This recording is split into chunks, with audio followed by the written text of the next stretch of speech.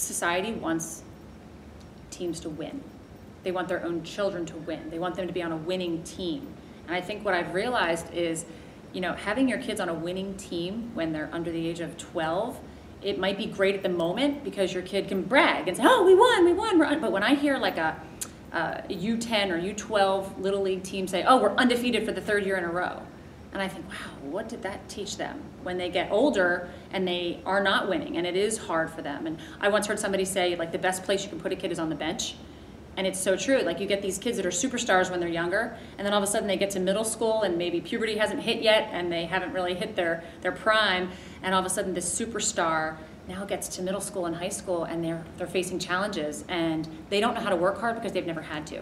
So I think the idea of, as parents, of course we love our kids, we want them to win, but the idea of the scoreboard winning and putting value on that as like, oh, my kid's on a winning team. I hear parents brag about it at parties. Oh yeah, my kid went 10-0 in the last season. And sometimes I say, oh, that's a shame. And they look at me like, what? I'm like, yeah, like, he's never really learned how to come back from defeat. That's a hard lesson. You gotta, you know, how's he gonna learn that? And they look at me like, well, I don't know. You know, it's just great that he's winning. But I think that's, as a society, as parents, we want our kids to be winners.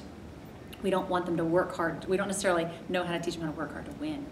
And I think the best seasons that any of us have ever had are ones where the season before we didn't win a lot of games. And then you come back the next season and you see like, wow, I'm winning now. Like, this is awesome because I'm working really hard at it. So, and it's, again, it's hard as a parent when you have kids that are constantly losing.